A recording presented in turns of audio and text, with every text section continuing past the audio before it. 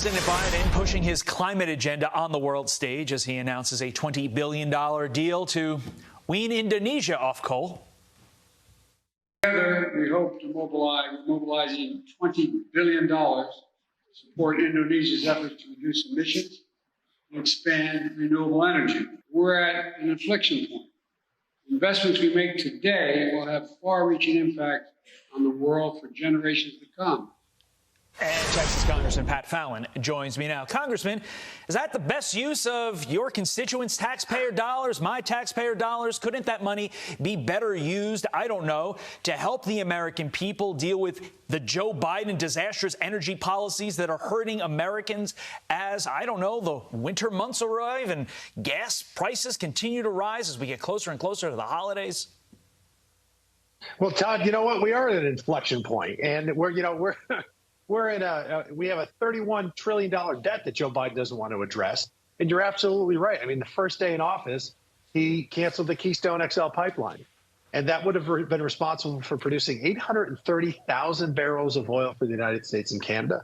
And then in the first week, he said, you know what, we're not going to issue any more permits for drilling any leases here in the United States on federal land and in federal waters. And that's why the price of gasoline has gone up. And to waste $20 billion to give to Indonesia, when you consider that, Todd, the last time I checked, we were on the same planet as China, which has almost 2.5 times the emissions that the United States has, even though our economy is larger.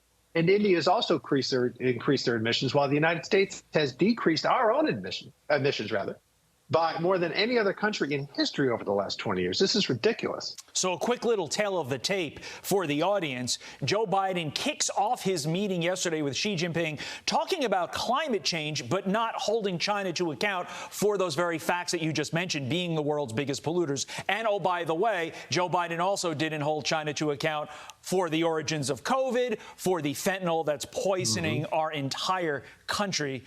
What a missed opportunity for the president, right, Congressman? You know, Tyler, thank you for mentioning the fentanyl. So a lot of Americans don't realize that there is a crisis. There's an opioid crisis in this country. We lost 107,000 Americans to opioid overdoses last year. We've never had a year that bad. This is like asymmetrical warfare, because of those 107,000 deaths, 80,000 of them were from fentanyl. Most of the fentanyl is produced in China. And why I mentioned this is like asymmetrical warfare, we lost 297 Americans every day during World War II. We lost 293 to opioid overdoses last year. So we should hold China to account, because they are waging war in our streets, and this must stop. Obviously, Joe Biden continuing another big day on the world stage. How is he coming off so far, Congressman? Well, you know, unfortunately, I always root for every U.S. president, whether they're Republican or Democrat. But Joe Biden has, projected weakness with Afghanistan, and then honestly dragging his feet with giving the Ukrainians aid before the invasion. And he was only really forced to by the folks, by the legislative branch, by the folks on Capitol Hill, both Republicans and Democrats. So he's leading from behind is the problem, Todd. And we need to, I mean, he wasn't on the ballot, in November. Last week, but he is going to be in a couple of years, and I can't wait to. There'll be another inflection point. Understood. One more thing I want to get to. Carly mentioned that in her read just before we got to me that Vladimir Putin is not at the G20. How do you read into that? Not wanting to take account for his actions in Ukraine and his other actions that have hurt the world, not wanting to be in front of individuals where he could get called to the carpet. Honestly, I think that also, Todd, he might be fearful that if he leaves Russia, there'll be a coup and he won't be able to come back.